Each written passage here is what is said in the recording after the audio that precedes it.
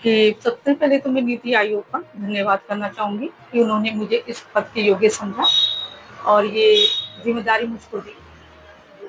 और जो महिला अपराध नियंत्रण प्रमुख की भूमिका है, उस पे मैं पूरे मन से और ईमानदारी से काम करूँगी। बच्चियों की जो सेफ्टी है, सबसे पहले, ये ज़रूरी है कि उनकी सुरक्षा हो।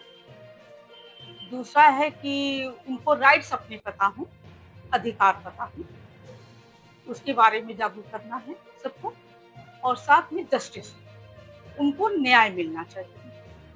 अभी हाल की एक घटना का मैं ज़िक्र करना चाहूँगी, निक्की भाटी का, जो नोएडा में हुआ है ये केस।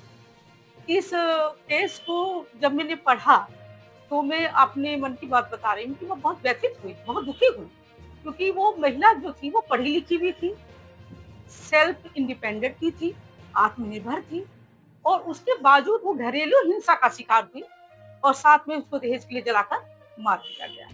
बट इसके पीछे की सच्चाई तो सभी लोग नहीं जानते, ना मैं जान पा रही हूँ अभी अच्छे से क्या रहा है रीज़न, कि एक पढ़ी-लिखी, आत्मनिर्भर लड़की को जला दिया गया और वो अब दुनिया में नहीं रही। वो कितने कष्ट की बात है, हर माता-पिता के लिए, हर व्यक्ति के लिए। तो इसकी कहीं न कहीं एक कारण ये भी है कि शिक्षित तो है लेकिन जागरूक नहीं, अपने राइट्स नहीं जान रहे हैं। वो चाहती तो वापस अपने मायके आ सकती थी।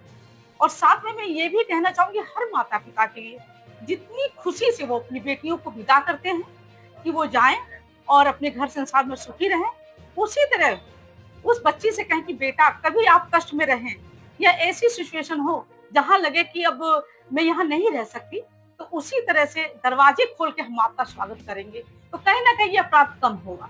तो जागरूकता की कहीं न कहीं कमी रही है कि एक पढ़ी-लिखी और आत्मनिर्भर लड़की वो जल के मर गई।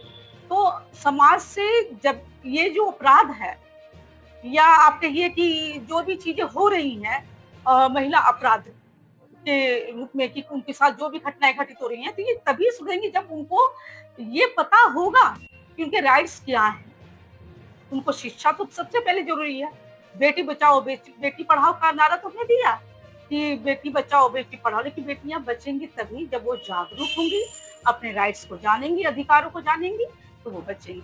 बस मैं यही कहना चाहूँगी जिस विश्वास के साथ मुझे ये पद दिया गया है, मैं उसकी गरिमा रखते हुए इस पे अपने पूरे मन से इस पे काम करूँगी और अपने पूरे भारत को, साथ में अपने इस क्षेत्र संत कबीर नगर की कर्मभूमि को गौरवान्वित करूँगी। Thank you very much.